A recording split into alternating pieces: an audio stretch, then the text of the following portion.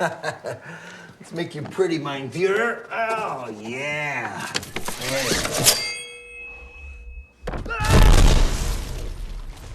The German S-Mine, or shrapnel mine. It was often known as the Bouncing Betty by Western allies, and as frog mines in the East. These nicknames are given to the mine because once triggered, the mines bounce or jump like a frog into the air to about between waist or neck height. However, unlike your Aunt Betty, presumably, and a frog, these mines spray shrapnel in a 360-degree circle, lethal to anyone within 20 meters or 66 feet, injuring men up to 100 meters or 330 feet away. Almost 2 million S-mines were produced between 1935 and 1945, and they were used extensively by German forces. Other countries further copied these mines. This is the American M16 mine, which entered service in the 1950s, also manufactured in the millions. The mine was innovative with its ability to leap into the air and would wound entire formations of men. This made the mine psychologically and logistically very effective. These mines were feared because not only do you have to watch where you step, but you had to worry about where other men around you stepped. Furthermore, the mine was more likely to wound than to kill, and if it wounded several men, a whole platoon of men could easily be slowed up, having to care for the injured. A stronger mine that killed just one man was less effective. The German S-mine was large enough to produce a significant amount of shrapnel. The steel cylinder is 5.9 by 4 inches, or 15 by 10 centimeters, and packed with about 360 steel balls and short steel rods or scrap metal pieces. The weight of the whole device is 8.8 pounds or 4 kilograms, but it varied slightly with a few variants of the mine manufactured. The steel shrapnel in the mine sprays horizontally and at high velocity. Unlike most pressure-sensitive mines, S-mines have a delayed fuse of about 4 seconds, allowing a man to step off the mine so the mine can successfully shoot up into the air.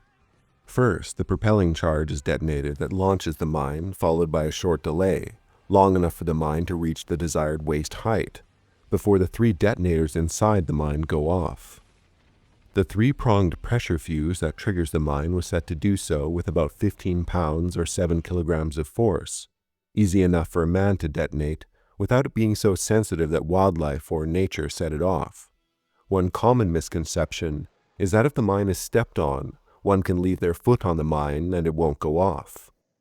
Like the vast majority of mines, once the fuse is triggered by the initial pressure, the bomb will go off. The best thing you can do in case of stepping on an S-mine is to take the about 4 seconds you have to jump face down into the dirt.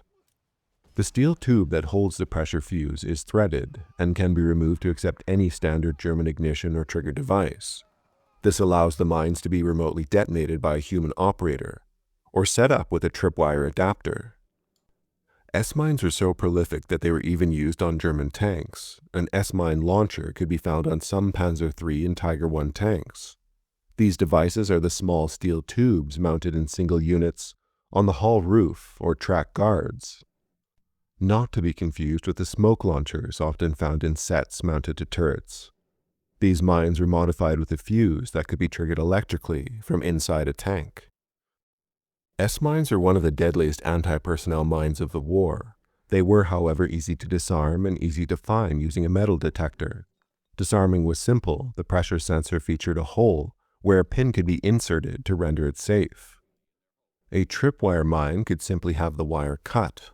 However, the Germans became effective booby trappers during the war and would often booby trap mines with other mines, and were further known for hiding such mines almost anywhere.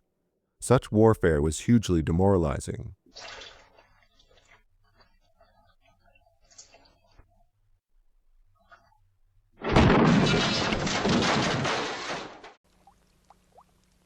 Alright, I'm Johnny. Thanks for watching this video on the S-mine. And remember, keep clear of those minefields, or you will be missed.